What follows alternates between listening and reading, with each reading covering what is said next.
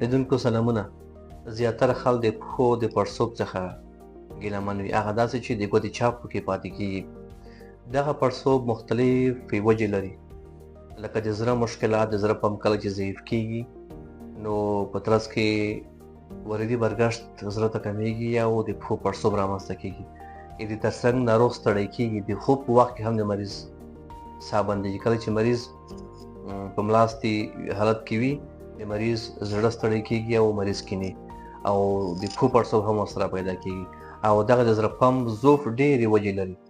دوهم علت دا دی چې د ځیګر په ناروغیو کې هم دغسې مشکل پیدا کېږي.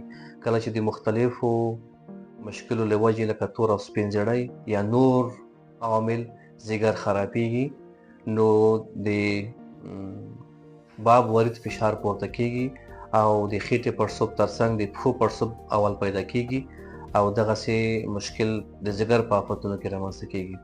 درېیمه وجه دا ده کله چې د ګردو په امراضو کې د پښتورګو یا فلټر خرابېږي او یا هم د مزمن اوږدمهالي شکر یا د جګ فشار له امله یا په خپل سر د درد د دواګانو د خوراک له امله ګردې خرابېږي یا د بلې وجې خرابېږي نو بیا هم د پښو پړسوب رامنځته کېږي، د وینې فشار پورته کېږي او په ټول بدن کې پړسوب رامنځته کېږي. په دې صورت کې څلورم دا چې د پښو د وریدونو په سستوالي کې کله چې د پښو د وریدونو والونه ضعیف کېږي بیا هم دغسې مشکل رامنځته کېږي او پښې پړسېږي او په دې وخت کې د پښو رګونه واضح معلومیږي او اکثره خلک چې راځي د دې مشکل څخه دوی شکایت کوي.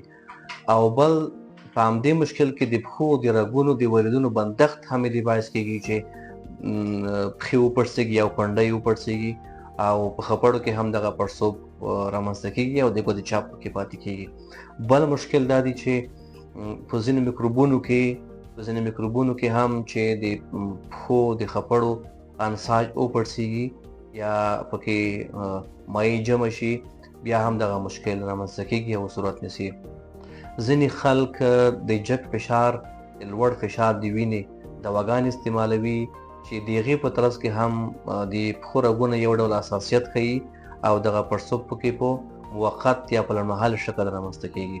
خو هغه مهم عوامل چې کوم د زړه امراض، د پښتورګو امراض او د ځیګر امراض دي چې ډېر زیات مهم دي.